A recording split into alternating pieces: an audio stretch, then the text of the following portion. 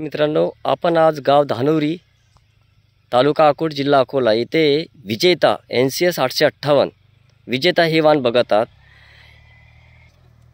लागवड तारीख आहे 24 जून 2024 आणि लागवडीचं अंतर जे आहे हे 2 ओळीतील अंतर 3 फूट आणि 2 झाडातील अंतर 9 इंच। तर आपण हे जे लागवड केली ही न्यूमॅटिक प्लांटरद्वारे केली आहे आणि ज्यावेळेस आपण 3 बाय 9 इंचाला लावतो तर 19,300 झाडं एकरी लागवड केल्या जाते। तर ज्यावेळेस आपण लागवड केली त्याच्यानंतर सघन लागवड पद्धतीमध्ये काही काळजी घ्यायची गरज आहे, ती म्हणजे झाडाची उंची वाढू नये, झाडामध्ये दाटी तयार होऊ नये, तर दाटी होऊ नये त्यासाठी आपण मॅपिका क्लोराइट म्हणजे चमत्कार याची फवारणी केलेली आहे। पहिली फवारणी केली आहे 45 दिवसांनी, त्याची जे फवारणी केली ते 1 ml प्रति लिटर पाण्यामध्ये। दुसरं जी केली ती 60 दिवसाला केली, ती केली 1.5 ml प्रति लिटर पाण्यामध्ये आणि तिसरी सुद्धा 90 दिवसाला केली, ती म्हणजे 1.5 लिटर प्रति लिटर पाण्यामध्ये।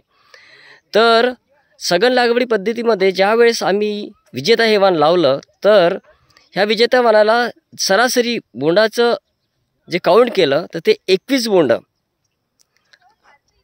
बोंड एवढे आहे आणि आपण 5 ग्रामचं बोंड पकडलं तर सरासरी ह्या वाणाला 20 क्विंटल कापूस निश्चित येणार आहे। पण आपण नैसर्गिक घट त्याच्यामध्ये 20% पकडली तर 17 क्विंटल तर कुठंच गेलेलं नाही आहे। नैसर्गिक घट म्हणजे काय, ज्यावेळेस आपण झाडाची न्यूमॅटिक प्लांटरद्वारे लागवड केली तर कुठे जर्मिनेशन नाही आलं असेल, कुठे एखादं झाड किंवा काही इंटरकल्टिवेशन केलं, समजा आपण जेव्हा कोळपणी केली त्यावेळेस काही झाडं खराब झाले तर आपण 20% तशी नैसर्गिक घट पकडली तर 17 क्विंटल उत्पन्न हे नक्की हमखास ह्या शेतामध्ये येणार। विजेता वाणाचं एक काय त्याला गुणधर्म असे आहे, हे रस शोषक किडीसाठी अतिसहनशील आहे आणि दुसरी गोष्ट म्हणजे लवकर येणार आहे आणि तिसरी गोष्ट म्हणजे याच्यामध्ये रुईचा उतारा हा 39 ते 39.5% आहे। म्हणजे बाजारभावामध्ये विजेताच्या कापसाला हा 200 ते 400 रुपये भाव हमखास जास्त मिळणार हे नक्की, कारण का रुईचा उतारा जास्त आहे। आणि आपण ज्या जिल्ह्यामध्ये आज हे शूटिंग बघत आहात हे अकोला जिल्ह्यातला अकोट ह्या एरियामध्ये आहे आणि ह्या एरियामध्ये रुईचा उतारा जास्त ज्या वाणाला असतो त्या वाणाला हमखास जिनिंगमार्फत 400 रुपये जास्तच मिळतात। तर शेतकऱ्याला याचा फायदा आहे विजेताचा हा। तर आम्ही ज्यावेळेस इथे ह्या प्लांटर सोईंग केल्यानंतर मशीनद्वारे वेचणी करण्यासाठी प्रात्यक्षिक केलं तर विजेता वाण हे मशीनद्वारे ज्यावेळेस वेचणीसाठी प्रात्यक्षिक केलं त्यावेळेस काही गोष्टी आमच्या निदर्शनात आल्या का झाडावर पानगळ करणे गरजेचं आहे, पानगळ करणं गरजेचं आहे। त्यासाठी काय केलं, याच्यावर एक डिफोलियंटचा फवारणी केली आणि मशीनद्वारे वेचणी केली। तर विजेता हे वाण मशीनद्वारे ज्यावेळेस वेचणी केली त्यावेळेस तुम्ही मशीनद्वारे का बरं वेचणी केली, कारण की दिवसेंदिवस लेबरचा मजुराचा दुष्काळ पडत चाललेला आहे। तर हा दुष्काळ दिवसेंदिवस कमी होत आहे तर कापूस पीक हे वेचणीसाठी खूप महागात चाललेलं आहे।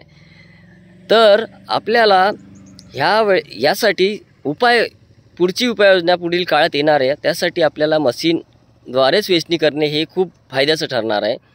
तर नुजूड सीड्स अंतर्गत आम्ही ज्यावेळेस शक्तिमान कंपनीसोबत ज्यावेळेस आम्ही त्यांचं मशीन पिकर आलं आणि वेचणी करून घेतली तर आम्हाला विजेता वाहनामध्ये काय वाटलं का कशा पद्धतीमध्ये होते ते मी तर पुढे दाखवणारच आहे तुम्हाला। पण विजेता वाहन हे शेतकऱ्यासाठी अगदी उत्तम नाही अतिउत्तम असं वाहन आहे। तर आपण आता बघूया की पिकिंगद्वारे वेचणी केल्यानंतर विजेता वाहन कसं दिसतं। बघा, हे वेचायचं बाकी आहे, आज आम्ही वेचणार आहे आणि हे आम्ही काल वेचलेलं आहे। बघा तुम्ही पूर्णपणे वेचला गेलेला कापूस दिसायचा आहे तुम्हाला विजेता वाहनामध्ये। तर विजेता वाहन जे आहे हे लवकर येणार आहे, एका पिकिंगमध्ये 2 पिकिंगमध्ये पूर्ण खाली होणार आहे। तर पुढे चालून जेव्हा आधुनिकीकरणाकडे जाऊ आपण त्यावेळेस काय होईल, आपल्याला लवकर येणारं वाण बोंड पूर्ण फुटलेलं वाण असं लागेल। तर हे वेचणी केलेलं दिसत आहे आणि हे बिगर वेचणी केलेलं आहे।